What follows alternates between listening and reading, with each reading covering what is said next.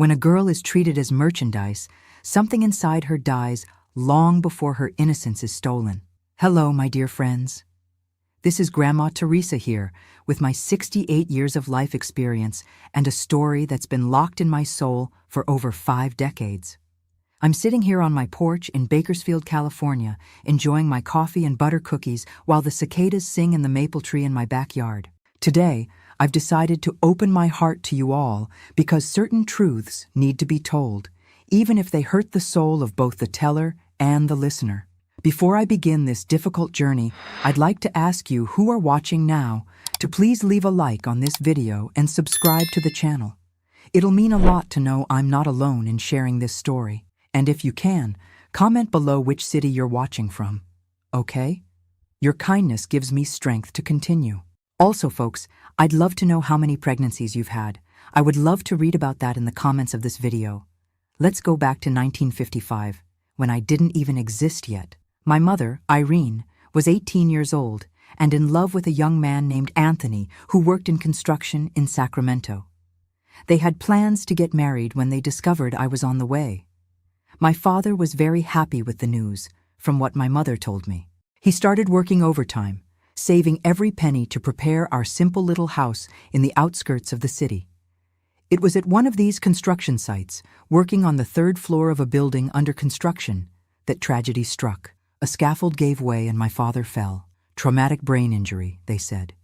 He didn't even make it to the hospital alive. My mother was 5 months pregnant when she received the news. I never knew my father, but to this day I carry the only photo of him that my mother kept in a small wooden box. A thin young man with a shy smile and kind eyes. His death changed everything.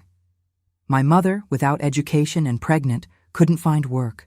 My father's family was from rural Kentucky and barely had enough to support themselves, so they couldn't help. That's when my maternal grandfather, Mr. Gerald, offered us shelter.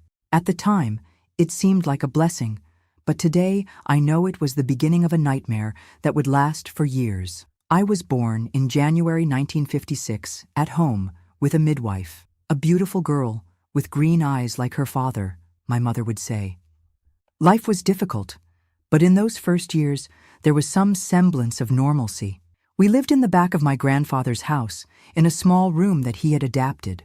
My mother took in laundry, cleaned houses around town, sold candy at the school gate. It barely gave us enough to eat properly, but we managed. My grandfather Gerald had been in the military in his youth. He was a hard man, of few words and many rules. A widower for years, he managed his small pension with an iron fist. He wasn't affectionate, but he wasn't cruel in my early years either. He was just absent, as if I were a necessary inconvenience that he tolerated out of love for his daughter. Things began to change when I turned 7. I remember my grandfather watching more closely when I played in the yard. "This girl is growing too pretty for our own good," he commented once to my mother. At the time, I didn't understand what that meant. Today, with the wisdom of years, I know he was already calculating my market value. I went to school like all children, but I was always quiet, observant. The teachers said I was intelligent, but too shy. The truth is that there was something about male figures that already caused an instinctive fear in me. Maybe it was the way my grandfather looked at me, or maybe it was just the absence of my father, a figure I only knew through stories. Our financial situation was increasingly difficult. My mother was aging before her time, her hands cracked from washing powder, her back bent from scrubbing floors. Some nights, I would hear her crying quietly in our little room. I pretended to be asleep, but kept each sob in my heart. At 10 years old, I started helping my mother with chores. I washed smaller clothes, swept the yard, sold cookies she made to neighboring houses. It was during this time that I noticed how my grandfather looked at teenage girls passing by on the street, a look that gave me chills, even without fully understanding why. "Women are like fruit, Teresa," he told me once when he caught me watching him. "You have to pick them at just the right time. Not too green, not too ripe." I was confused by that strange comparison, but kept it to myself like I kept so many other things. My mother worked more and more and stayed less and less at home. I noticed that she avoided spending too much time near her own father, as if something about him frightened her too. Years later, I understood that she probably intuited what was to come, but was too trapped by necessity to do anything about it. When I turned 12, we had a serious problem. My mother fell ill. A severe pneumonia that left her bedridden for almost 2 months. Unable to work, debts piled up. My grandfather's pension money barely covered the medicines. It was during this time that I saw him talking to an unknown man at our gate. A fat man, about 40 years old, well-dressed, with a big car parked out front. They looked at me a few times during the conversation, and the man smiled in a way that made me run inside the house. "Who was that man, Grandpa?" I asked after the stranger left. "A friend who can solve our problems, Teresa. He's interested in getting to know you better." That phrase echoed in my head for days. I was still too innocent to fully understand, but something deep inside me was sounding alarms. My mother gradually got better, but the financial situation only worsened. The landlord threatened eviction. The pharmacies didn't want to sell on credit anymore. That's when, on a May night, a few months before my 13th birthday, I overheard a conversation that would change my life forever. "She's still too young, Dad." My mother's voice sounded anguished. "Not young at all. She's almost a woman. And Dr. Augustus offered a lot of money. Money we need, Irene, or have you forgotten the bills you have to pay?" "But she's just a child, my daughter." "And what good is being your daughter if you both end up on the street? The doctor won't hurt her. He just wants her to carry a child that his wife can't have. She's strong, healthy, beautiful. It's a service like any other." I felt my blood freeze in my veins. Even without fully understanding what they were planning, I realized that something terrible was being decided about me without my knowledge or consent. "And after the child is born?" my mother asked, her voice already weaker, as if beginning to yield. "They take the baby, we keep the money, and life goes on. If it works out, there are other interested couples. We can solve our situation once and for all." I will never forget the silence that followed. A long, heavy silence that seemed to contain all the weight of the terrible choices adults make when they're desperate. "All right," I finally heard my mother say, her voice choked with held-back tears. "But I don't want to know the details, and I don't want to be here when it happens." I ran back to my bed, my heart beating so hard I thought it might jump out of my mouth. That night, I didn't sleep. I lay looking at the wooden ceiling of our little room, trying to understand what was coming, praying that I had misunderstood. But I hadn't misunderstood. 3 days later, my mother announced she would be spending the weekend at a friend's house. It was the first time she had left me alone with my grandfather, and her eyes couldn't meet mine when she said goodbye. "Be a good girl, Teresa," was all she said before leaving, carrying a small bag and leaving her dignity behind. That same night, my grandfather came into my room and threw a dress on my bed. A light blue dress, simple, but the prettiest I had ever seen in my life. "Put this on," he ordered, "and wash your hair properly.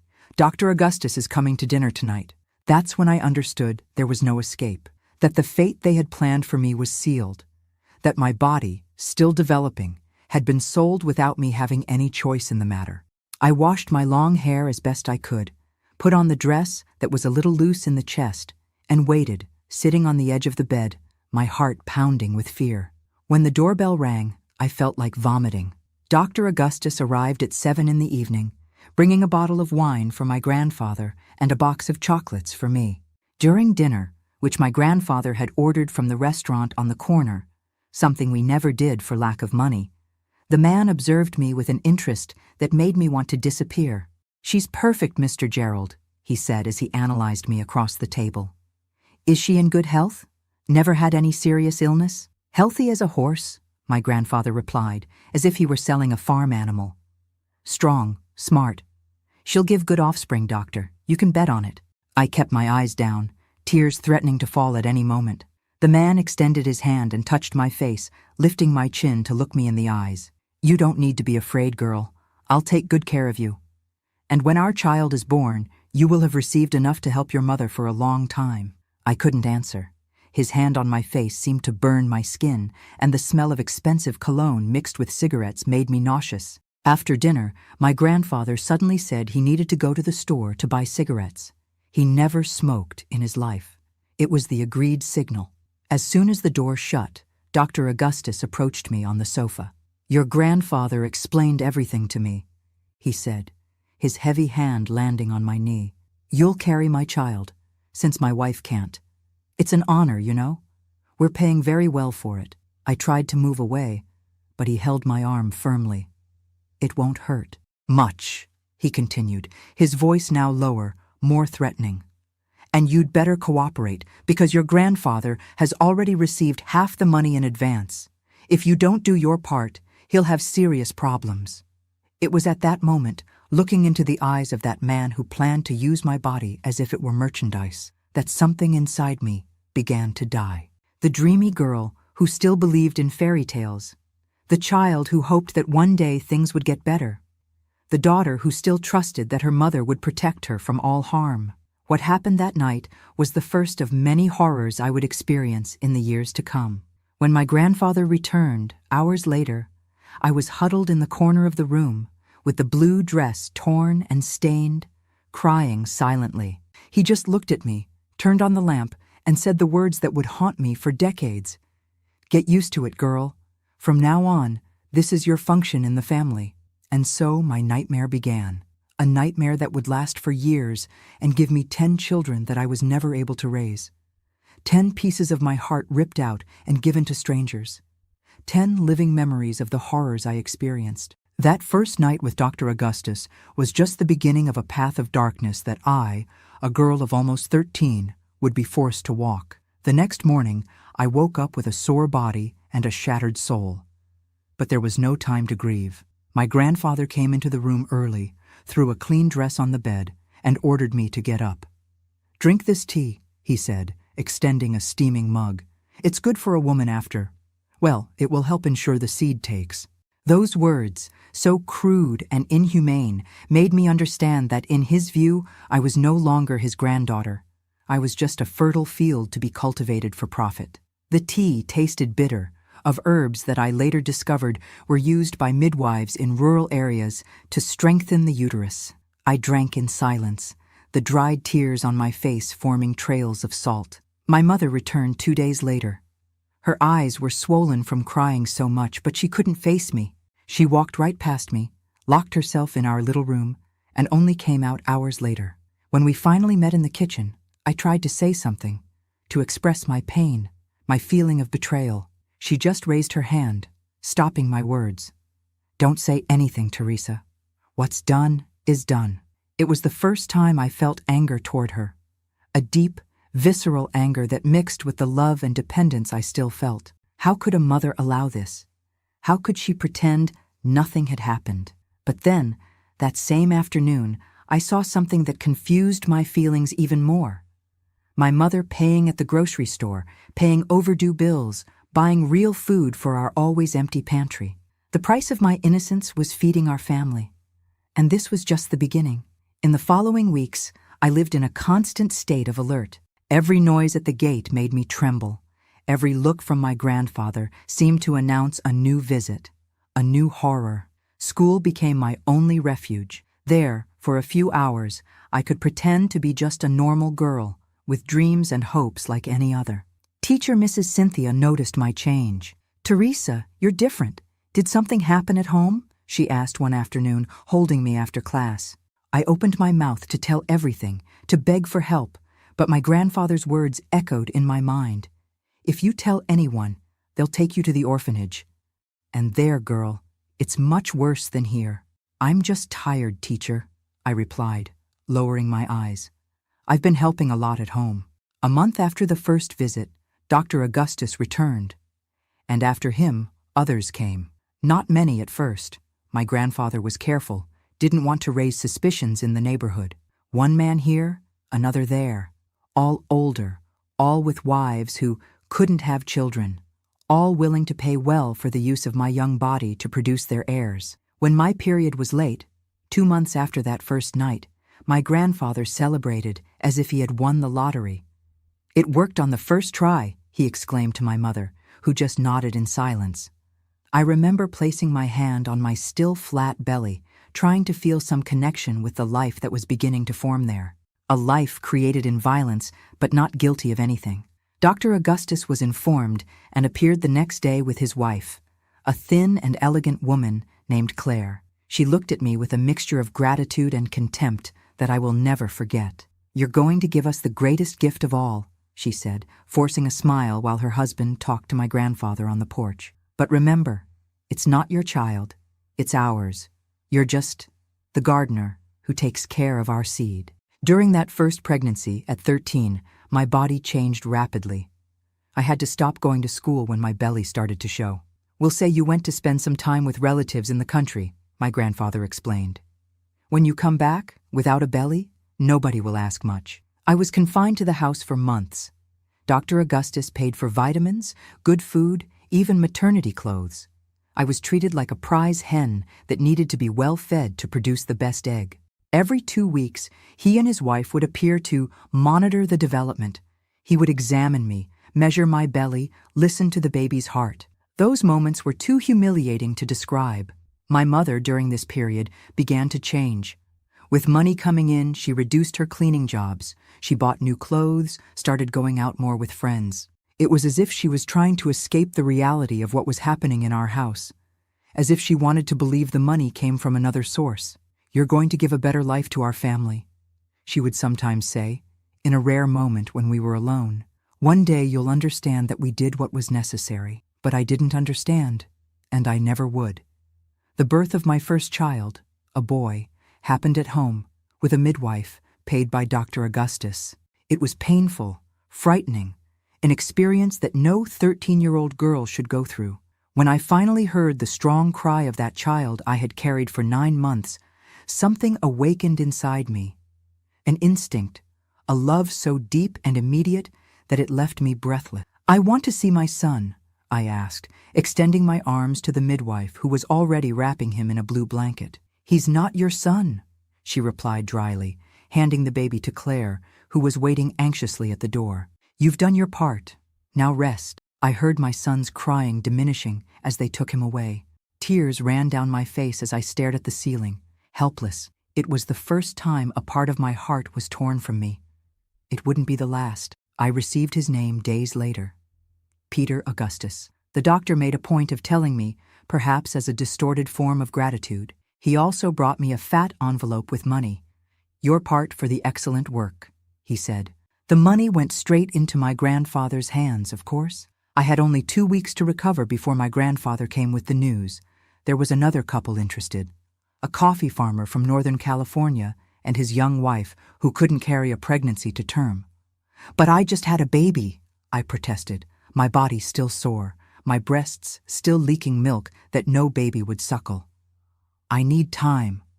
"Time is money, girl," he replied, relentless. "And this farmer is paying double what Dr. Augustus paid." That's how, at 14, I became pregnant for the second time. And then for the third, almost without interval. My young, strong, and healthy body, as my grandfather liked to point out to clients, recovered quickly. I was an efficient producer in his distorted view. Between my 13th and 18th years, I gave birth to 5 children, 5 babies who were torn from my arms before I could even memorize their faces. To the outside world, I was Mr. Gerald's problematic granddaughter, who was always coming and going from relatives in the country, always sick, always reclusive. In reality, I was a prisoner, a reproductive slave kept under control by my own family. My mother, during this period, transformed into someone I barely recognized. With the money from my services, she bought her own house on the other side of town. She would come to visit us once in a while, always well-dressed, always in a hurry. She got what she wanted, financial freedom. The price was her own daughter's freedom. "Why do you allow this?" I asked her once, my belly large with what would be my 4th child. "Why don't you help me escape?" She looked away, unable to face my direct accusation. "Escape to where, Teresa? With what money? To do what? You didn't even finish elementary school, and now you have this reputation." "What reputation? The one you created for me, of a girl who disappears and appears pregnant? People talk, daughter, and your grandfather, he has connections. There are important people involved in this. People who wouldn't like to be exposed." That's when I understood. I wasn't just a victim of my grandfather. I was a victim of an entire system that allowed powerful men to buy a girl's body, that turned a blind eye to the obvious, that blamed the victim instead of the aggressor. I realized that even if I escaped, where would I go? Who would believe my story? At 19, I had already given birth to 6 children. My body showed the marks of so many consecutive pregnancies. Silver stretch marks covered my belly and breasts. My uterus was weakened, as one of the midwives warned me. "This girl needs rest, Mr. Gerald, or she won't be able to have any more." This warning scared my grandfather enough to give me an interval of almost a year, the longest period of rest I had in all my youth. During this time, I tried to gather strength, think of alternatives.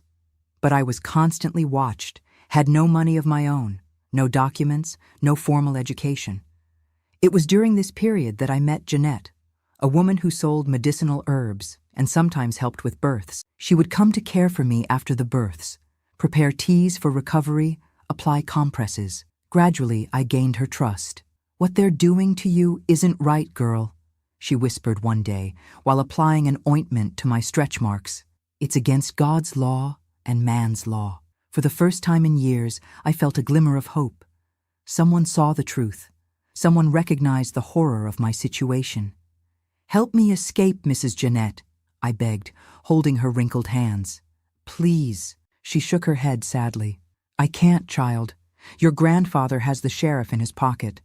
I've seen others try to escape and end up in worse situations, but I can teach you to protect yourself a little." It was Jeanette who taught me about herbs that could temporarily reduce my fertility, giving me short periods of relief between forced pregnancies. It wasn't freedom, but it was something. Minimal control over my own body. When I turned 20, I was already a mother to 7 children I never got to raise. 7 pieces of my heart scattered among rich families in California and neighboring states.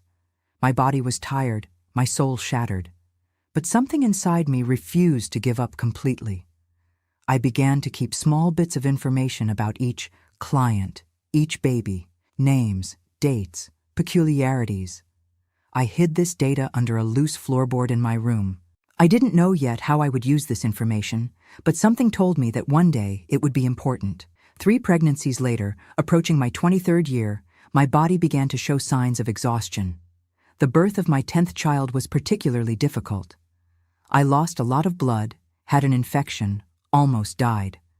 The doctor, who was hurriedly called and well paid to keep the secret, was emphatic.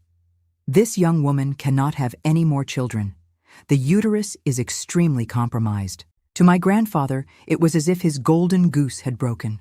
For me, ironically, that medical complication represented a distorted form of freedom. Without being able to produce more children, what use would I be? What would they do with me now? The answer came faster and was crueler than I imagined. And with it, finally, came my determination to end that cycle of horror once and for all. You must be wondering how a person survives so much horror while maintaining sanity. The truth is that part of me died with each baby that was taken from my arms. I created a kind of internal fortress, a place within my soul where I kept fragments of the girl I once was and the children I never got to cradle. The years between my first child and the 10th passed like an endless nightmare. After the 3rd baby, I realized I needed to find a way to endure that life, to avoid going completely insane. I began to disconnect from the world around me, to live as if I were observing everything from a distance. People who know this kind of trauma call it dissociation. I called it survival. The 4th baby was born when I was 16, a girl with light hair like mine. Only in that instant, when the midwife lifted her, could I see her perfect little face before they took her away. I cried for weeks. That's when I started writing on scraps of paper that I hid under the mattress. Names, dates, details of each child. I couldn't have photos, so I drew as best I could. Small faces, little hands, the shape of the eyes. It was my way of keeping them alive inside me. My routine between 16 and 23 years was predictable in its horror. Periods of active service, as my grandfather called the times when I was visited by men who wanted to impregnate me. Then months of pregnancy, where I was well fed and kept under constant surveillance to ensure healthy babies. The birth, always painful, always followed by brutal separation. Then a brief period of recovery, and everything would start again. The 5th child was born when I was 17, another boy. the 6th shortly after I turned 18, the 7th at 19, 8th and 9th with small intervals, reaching my 22nd year. And finally, the 10th, when I was 23, the birth that almost killed me and permanently damaged my uterus. Between these pregnancies, I experienced moments of despair so deep that I considered taking my own life. What stopped me were those hidden scraps of paper, the records of my children. If I left, who would keep their memory? Who would know the truth about their origins? Meanwhile, my mother prospered with the money that my suffering generated. She bought a better house, then a small business, a clothing store downtown. She took trips to New York to buy merchandise, had new friends, frequented the best salon in town. Our relationship became an insurmountable abyss. On the rare occasions she came to visit, she brought expensive and useless gifts. Pretty dresses I could only wear between pregnancies, perfumes, trinkets, as if objects could compensate for selling her own daughter. If you're enjoying my life story, please subscribe to the channel and like this video. This simple act helps me tremendously. One day you'll understand that I did the best I could with what we had, she would say, repeating this phrase like a mantra that perhaps helped her sleep at night. I never answered. What could I say? That I understood. That would be too big a lie even by our family's distorted standards. My grandfather, on the other hand, displayed his prosperity more discreetly. He renovated the house, bought a new radio, drank imported beer. More importantly, he gained status. He was seen as a successful businessman, invited to important town events, treated with respect. Nobody questioned the source of his sudden income. Nobody asked about the granddaughter who appeared and disappeared, always reclusive, always sick. The men who paid for the use of my body varied, but they had things in common. All were rich, all had positions of power. Doctors, farmers, politicians, businessmen. All had wives who for some reason couldn't have children, and all saw themselves as benefactors, as if they were doing me a favor by repeatedly raping me. You should be grateful, one of them, an important politician from the region, told me once as he buttoned his pants after another session of torture disguised as a conception attempt. Many girls would give anything to have what you have: good food, clothes, a roof, and all you have to do is lie down and receive the seed. I swallowed my response along with my dignity. I learned early that protesting only made things worse, that screaming only brought more pain, that crying only irritated them, so I became silent, absent even when present, a body without a soul that they used as they pleased. There were exceptions, of course. Not all were cruel. Some seemed genuinely uncomfortable with the arrangement, but too desirous of a child to question the morality of what they were doing.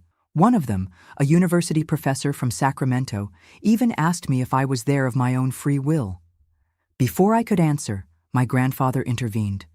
Of course she is, doctor. She knows the importance of the work she does, generating lives for families who can't have children naturally. The lie was so absurd, I almost laughed. Almost. But laughter, like so many other emotions, had died in me a long time ago. The wives of these men treated me in different ways. Some with reluctant gratitude, others with thinly disguised jealousy, most with a mixture of contempt and fascination. I was both the solution to their problems and the living reminder of their failures. The only thing they had in common was the determination to take for themselves the babies my body produced, as if they were merchandise ordered from a store. Don't get attached, the wife of the 7th client warned me when she noticed I was caressing my belly while humming a lullaby. It will be easier for everyone if you remember your place in this arrangement. My place. As if I had chosen that position. As if I had had any choice at all. The 8th birth was particularly traumatic. The child was in breech position, and the traditional midwife couldn't resolve the situation. After hours of agony, they had to call a doctor, not the child's father, but another doctor, generously paid to ask no questions. He performed painful maneuvers, and finally the baby was born. A girl so small and fragile that I thought she wouldn't survive. Don't even think about dying, I whispered to her when they briefly placed her in my arms before taking her away. Be strong like your mother had to be. At that moment, something changed in me. A resolution began to form, still nebulous, still without defined form. If I couldn't save my children, if I couldn't get them back, perhaps I could at least ensure they knew the truth one day, that they weren't the children of the women who raised them, but of a young woman who never had a choice. I began to be more methodical in my secret notes. Not just names and dates, but addresses I occasionally managed to hear in conversations, details about the parents, birthmarks, or distinctive features of each baby. Anything that might, one day, help identify them. Between the 9th and 10th births, I had the longest period of rest, almost 10 months. My body was showing clear signs of exhaustion. I was only 22, but looked much older. Weakened by consecutive pregnancies, difficult births, traumatic separations, and constant abuse, some days I could barely get out of bed. It was during this period that I discovered my mother had bought a beach house in Santa Barbara, a vacation retreat, built with the money generated by my suffering. The news came through Jeanette, who continued to be my only connection to the outside world. "Your mother showed up there with a new car," she told me, while changing the herbal compresses she applied to my aching back. "Talking about the new house on the beach, inviting people to visit. Seems business is going very well." That was like a punch to the stomach. While I lived an endless nightmare, my own mother enjoyed the fruits of my torment, with no apparent remorse. The betrayal was almost as painful as the physical abuse. When I became pregnant for the 10th time, at 23, something in me already knew it would be the last. My body was at its limit. The pregnancy was difficult from the start. Constant nausea, bleeding, pains that wouldn't cease. The doctor who occasionally came to examine me, lavishly paid by the father of the child, a businessman from the coffee sector, showed concern, but no one dared suggest terminating the pregnancy. The final product, the baby, was too valuable to be lost. Labor began prematurely, in the 8th month. Excruciating pain, hemorrhage, high fever. I vaguely remember being rushed to a private clinic on the outskirts of town where no one would ask questions. I remember the doctor's frightened face, the nurses running, my grandfather pale with worry. Not for me, of course, but for the money he would stop receiving if I died. The baby was born, a small but healthy boy who was immediately taken away. I, on the other hand, was between life and death for days. Generalized infection, severe hemorrhage, irreparably damaged uterus. When I finally regained consciousness completely, the doctor was clear. You cannot have any more children. It was necessary to remove part of your uterus to save your life. For most women, that news would be devastating. For me, it was like a door opening after a decade locked in a dungeon. Not being able to have more children meant I would no longer serve the purpose my grandfather had intended for me. It meant that, maybe finally, I could glimpse some form of freedom. But reality proved to be quite different from my brief hope. When I returned home, after 2 weeks in the hospital, I found my grandfather sitting in the living room, a glass of whiskey in his hand, and a calculating look I knew all too well. "You cost me a fortune with all this trouble," he said, without even asking how I was. "And now you're no good for the main purpose." I kept silent, waiting. I knew that anything I said could worsen what was to come. "But you're still young and pretty," he continued, studying me as if evaluating an animal. "You can still serve for other types of service. I have friends who would pay well for an experienced young woman like you, even if you can't give children." The horror of that suggestion hit me like lightning. After everything I had been through, after having my body used as an incubator for a decade, now I would be transformed into a pure and simple sexual object? The idea was unbearable, even worse than what I had already lived through. It was at that moment, facing my grandfather and seeing in him no longer the man who should protect me, but the monster who had destroyed my life, that I made my final decision. It was time to end that cycle of horror, no matter the cost. It was time to seek my freedom or die trying. With a calmness that surprised even myself, I just nodded slightly and retired to my room. I said nothing, showed no revolt. I let him think he had broken me completely, that I was just an empty shell ready to accept any fate he planned for me. But that night, alone in my room, I swore by the 10 children who were stolen from me that that man would pay for every tear I shed, for every scream I suppressed, for every piece of me that was sold without my consent. I swore I would find a way to escape and to ensure he never did to another girl what he had done to me. Revenge, they say, is a dish best served cold.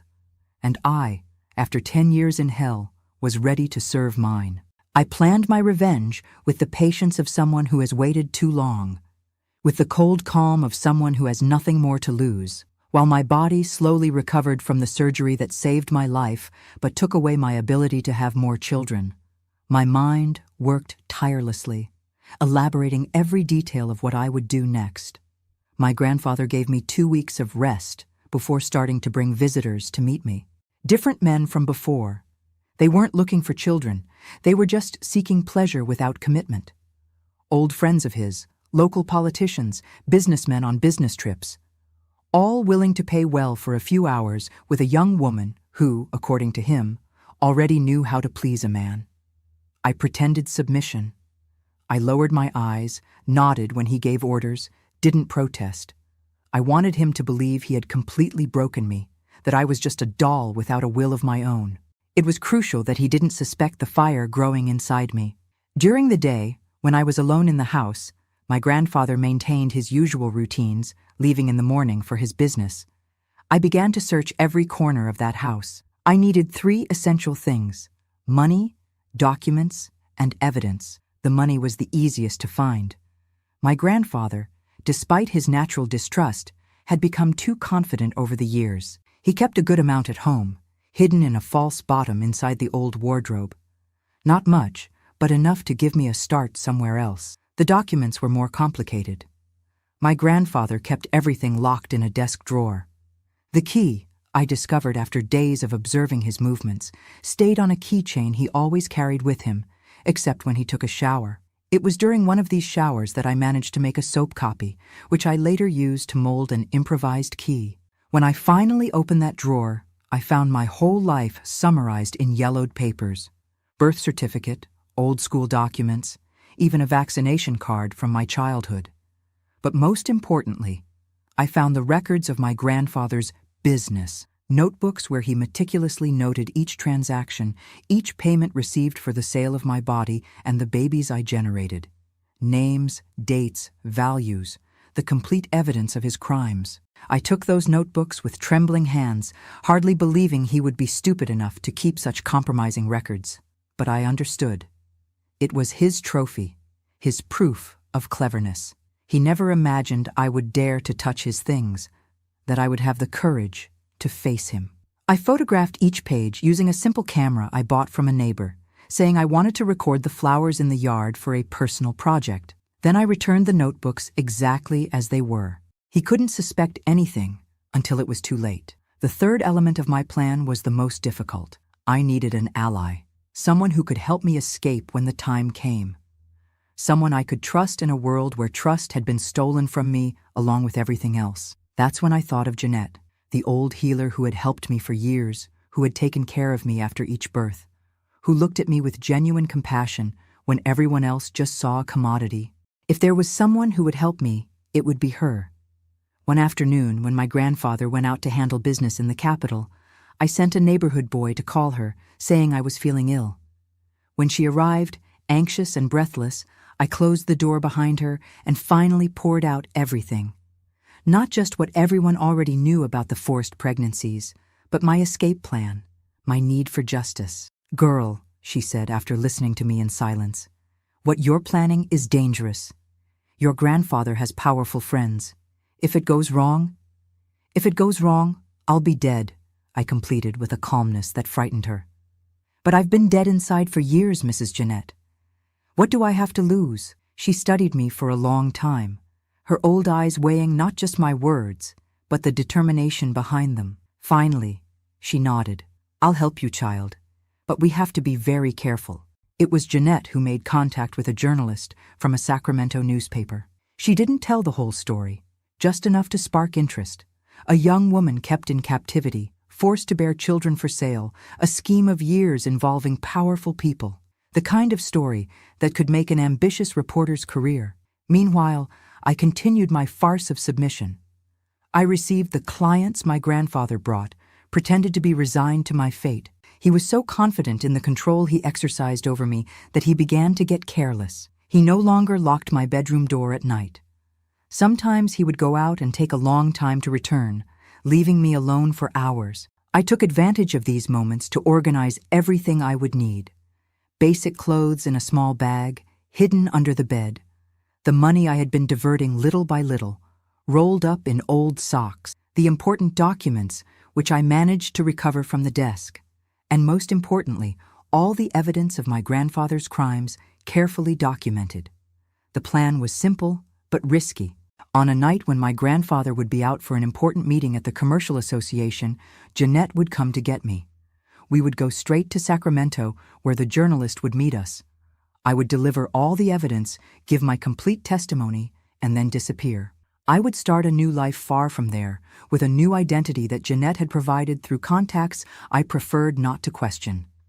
Everything was ready, every detail planned. I waited with growing anxiety for the appointed day, June 15, 1979, a date I would never forget.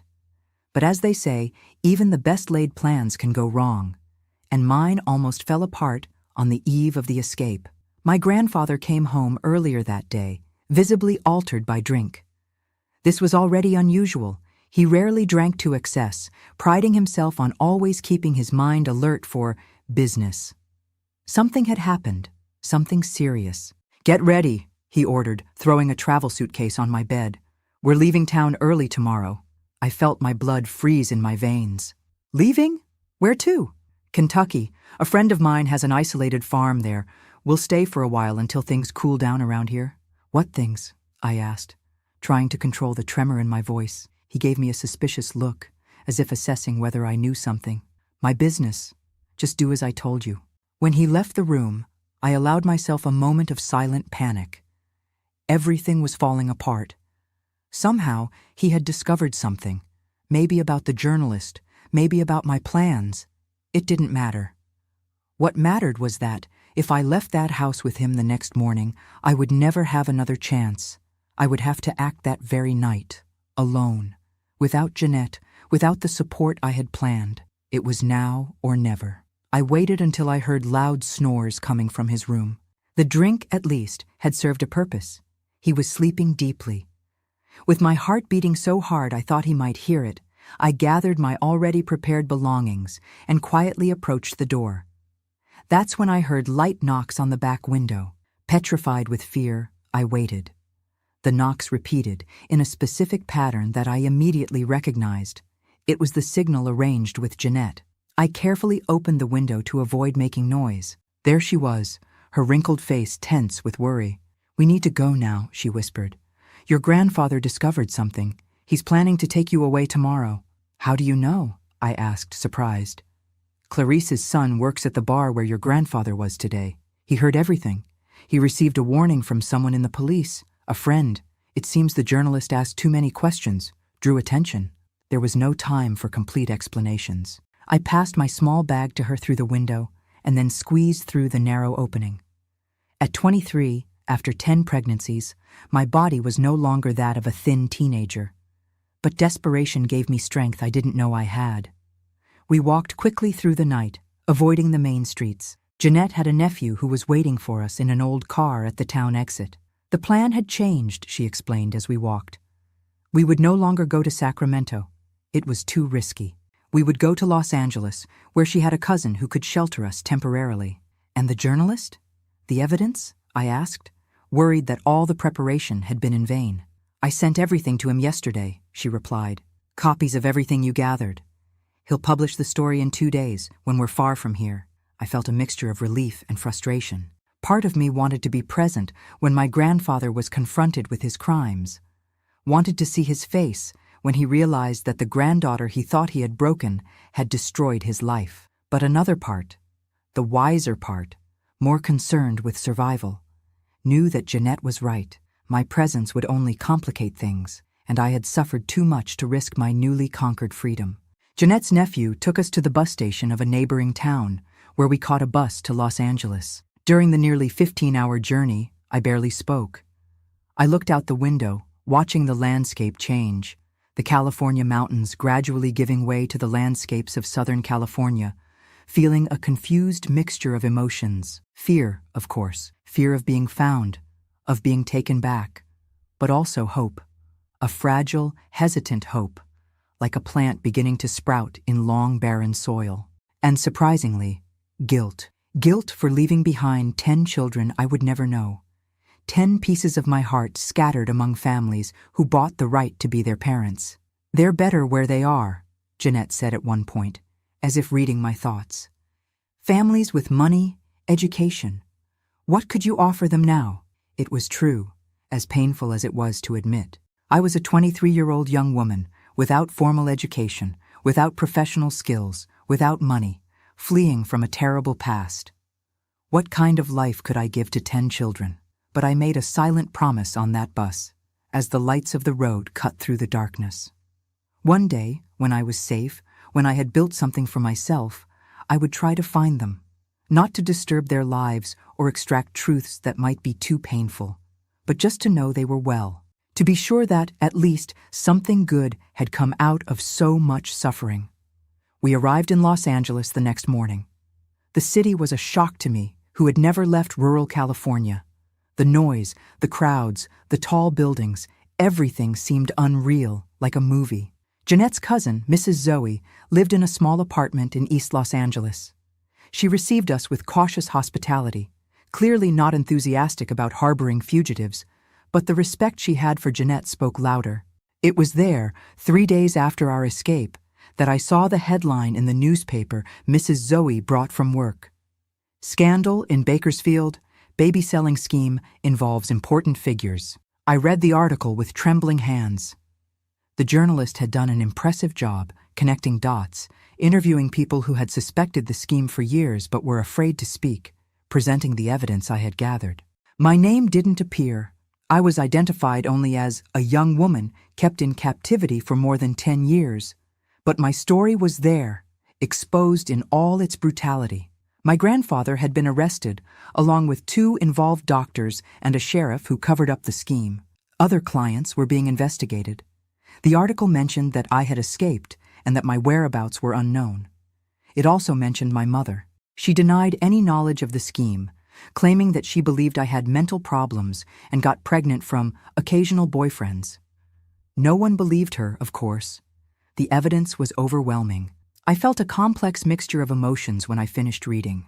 Relief, mainly. Justice, finally. But also a deep sadness. Not for my grandfather's downfall. That monster deserved every second in prison.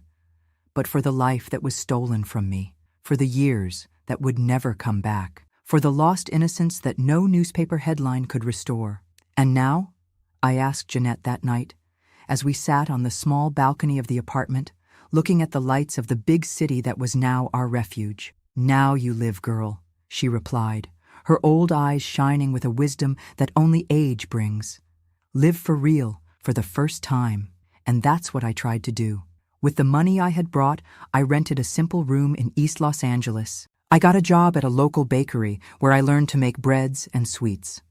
Slowly, very slowly, I began to rebuild something like a life. But the shadow of the past is long.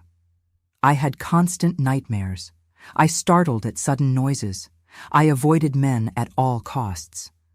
I closed myself in my small world, afraid to trust, to open up, to really live. That's when, 6 months after my escape, an unexpected event changed the course of my life again. A casual encounter that would teach me that, even after hell, it's possible to find peace. Even after the most complete darkness, light can shine again. Los Angeles in the 80s was a city of contrasts that both scared and fascinated me. For someone raised in a captivity disguised as home, every corner represented a new challenge. Every social interaction was a test for my wounded spirit. The bakery where I worked was on a busy side street in East LA.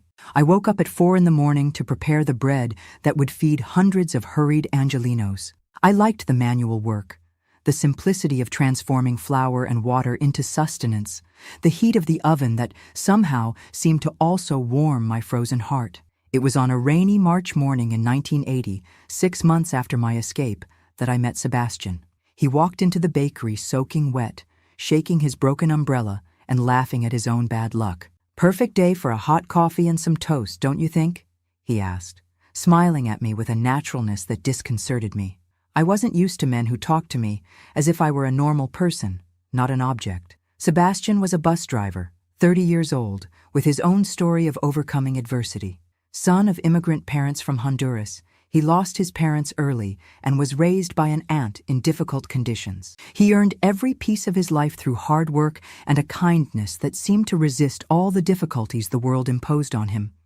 He started appearing at the bakery every morning, always polite, always respectful. He talked about simple things: the weather, news from the paper, a movie that had been on TV. Never personal questions, never invasions of my space, as if he instinctively perceived that I carried deep wounds that shouldn't be touched. I avoided him, of course. I avoided all men. But there was something about Sebastian, perhaps the way he spoke with the same gentleness to everyone, from the bakery owner to the lady who swept the sidewalk, that slowly began to break through the wall I had built around my heart. Our first date was as simple as it was unexpected. He offered me a ride on a day when the sky opened up over Los Angeles. I accepted only because the alternative was waiting hours for a bus that might not even come. In the old but impeccably clean car, we really talked for the first time. He told me about his dream of having a small ranch on the outskirts of the city, raising chickens, planting a garden. He spoke of the future with a hope that was completely foreign to me. "And you, Teresa? What's your dream?" he asked with genuine interest. I remained silent for so long that he must have thought I wouldn't answer. The truth is that I had never allowed myself to dream. Surviving already consumed all my energy. "Peace," I finally replied. "I just want a little peace." He nodded as if that simple answer contained all the wisdom in the world. He didn't ask any more questions. He just turned on the radio, letting the music fill the silence between us. Our relationship grew with the slowness of a delicate plant. First, the occasional rides, then walks around the neighborhood on Sundays, a movie now and then, always respecting my limits, never pressing for more than I could give. It took me 6 months to tell him fragments of my story. Not everything. I didn't have the courage for that, but enough for him to understand why I trembled when someone raised their voice, why I recoiled when a man came too close, why I cried when I saw children playing in parks. Sebastian listened to everything without interrupting, without judging. When I finished, he simply held my hand, the first physical contact we allowed beyond a quick goodbye hug, and said, "You're the strongest person I've ever met, Teresa." I didn't feel strong. I felt broken, damaged, incomplete. But something in the way he looked at me, as if he saw beyond the scars, made me think that maybe, just maybe, I could rebuild myself. Our first kiss happened almost a year after we met, on a park bench in front of the East LA church. It was hesitant, gentle, and made me cry. Not from pain or fear, but because I realized that despite everything, I was still capable of feeling something beyond trauma. There was still room in me for tenderness. "We can go as slowly as you need," he told me that night. "I have all the time in the world." And that's exactly what we did. We dated for 3 years before getting married in a simple ceremony at the same church where we shared our first kiss. I was 27 years old and felt like I was being born again. Sebastian knew my whole story by then. Every dark detail, every horror I had lived through. He knew the scars on my body and on my soul. And yet, somehow miraculously, he loved me. Our married life was a constant learning experience. There were nights when I woke up screaming, trapped in nightmares where my grandfather came back to take me. Moments when intimacy became impossible, when the gentlest touch triggered terrible memories. Sebastian never complained, never demanded. He just held me in silence, waiting for the storm inside me to pass. Slowly, I found my way back to life. With the help of a psychologist recommended by Jeanette, who remained a constant and loving presence in our life, I began to process the trauma, to understand that what happened to me didn't completely define me, didn't determine my future. In 1984, 2 years after our marriage, Sebastian managed to realize his dream. With our combined savings, we bought a small ranch in Riverside County, in the rural area outside Los Angeles. Nothing luxurious, a simple house, a piece of land, some fruit trees already planted. But it was ours. A safe place, far from the shadows of the past. It was in that same year that we faced our first major challenge as a couple. After months of trying to get pregnant without success, doctors confirmed what we already suspected. The complications from my 10th birth had left permanent sequelae. I could never have biological children again. For many women, this news would be devastating. For me, it was complex. On one hand, there was the sadness of not being able to give Sebastian a child of our love. On the other, a guilty relief at not having to go through the physical and emotional process of pregnancy again, so associated in my mind with trauma and loss. "We can adopt," Sebastian said on the night we received the medical confirmation. "There are so many children needing a home, love. We can build our family in other ways." The idea of adoption touched something deep in me. My 10 biological children were scattered around the world, living lives I would never know. Perhaps this was a way to heal that wound, not by replacing them, as that would be impossible, but by channeling the maternal love I never got to express to children who, like me, had been marked by abandonment and pain. The adoption process in the 80s was bureaucratic and slow, especially for a simple origin couple like us.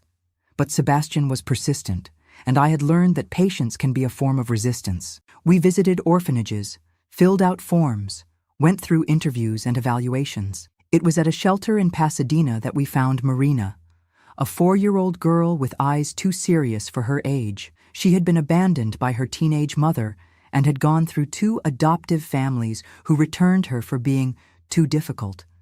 She didn't talk much, had constant nightmares, and sometimes had seemingly unprovoked anger crises. I immediately recognized in her the reflection of my own pain.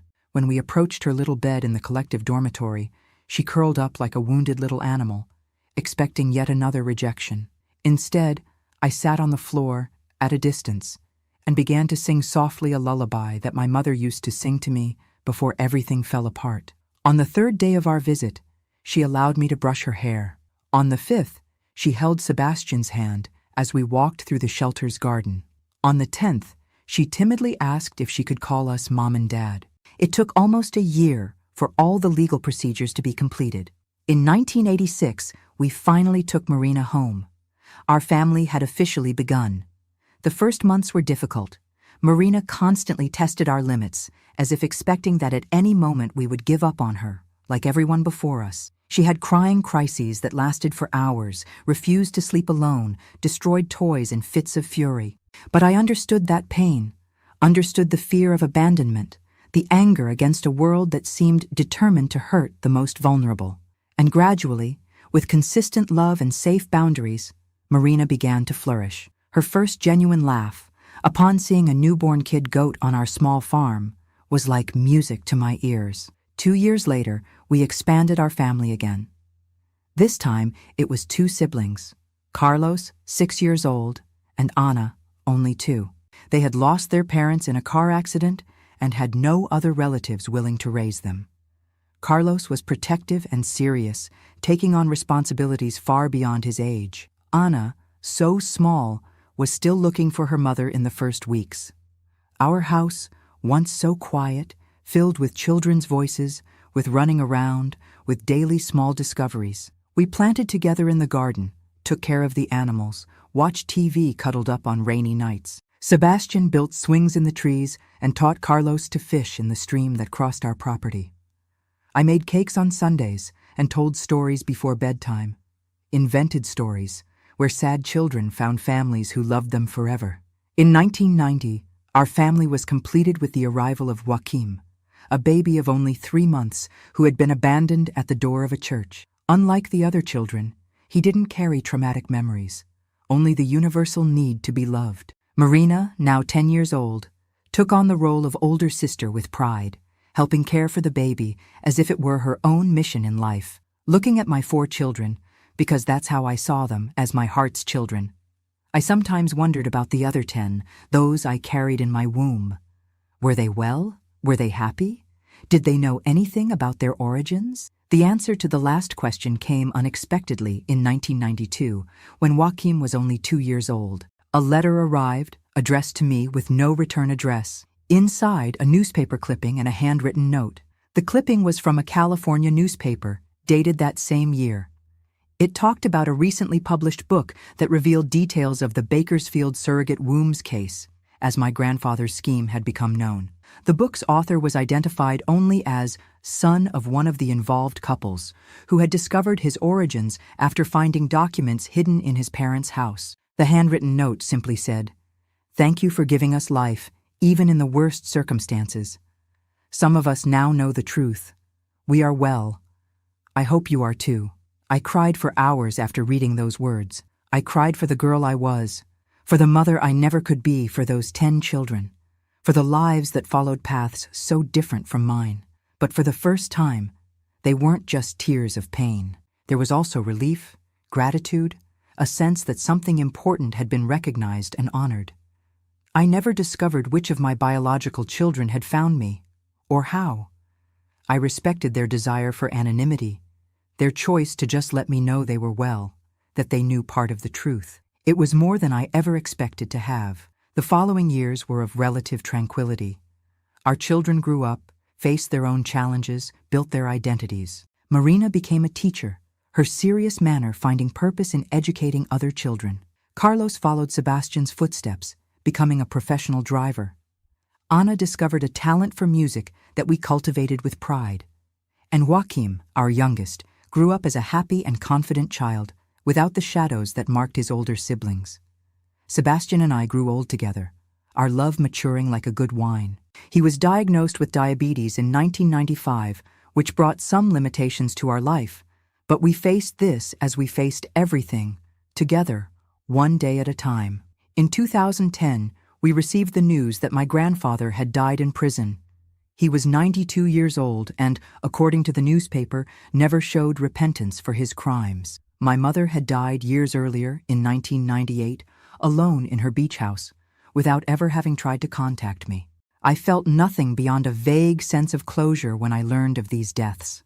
Those people who shared my blood but never my values had ceased to have power over me long ago. My true family was around me, in the husband who taught me to trust again, in the children we chose and who chose us, in the grandchildren who were beginning to arrive, bringing new life and hope. Today, at 68 years old, I look back and see a life that, despite its traumatic beginning, was filled with much more love than pain. Sebastian, my companion of 43 years, remains by my side, a little slower due to age, but with the same gentle smile that won me over in that bakery in East LA. Our home is the meeting point for Sunday lunches where 3 generations gather. Marina, Carlos, Anna, and Joachim bring their own children, my precious grandchildren, and we fill the table with food, stories, laughter. In the happiest moments, I look around and think, this is healing. This is redemption. I never returned to Bakersfield. I never wanted to see the places that were the setting for my suffering. But I also never hid my story from my children when they grew up. I told them age-appropriate versions, always emphasizing that the horrors I experienced didn't define who I became. Life can break you, I always tell them.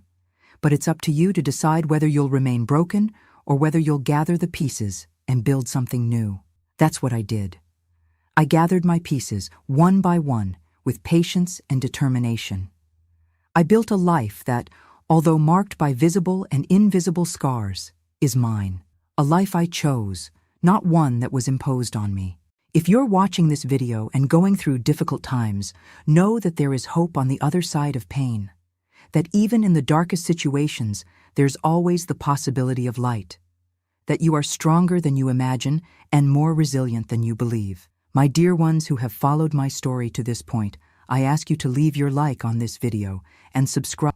It's very important for me to know that my account touched hearts and perhaps helped someone who is going through difficulties similar to those I faced. Life isn't always fair, my dears. Sometimes it hits us with such force that it seems impossible to get up. But believe the word of this old woman who has seen it all. Dawn always comes after the darkest night, and when it arrives, it brings with it the chance for a new beginning. A loving embrace from this grandma who learned in the hardest way that our greatest strength usually reveals itself precisely in the moments when we think we have no strength at all.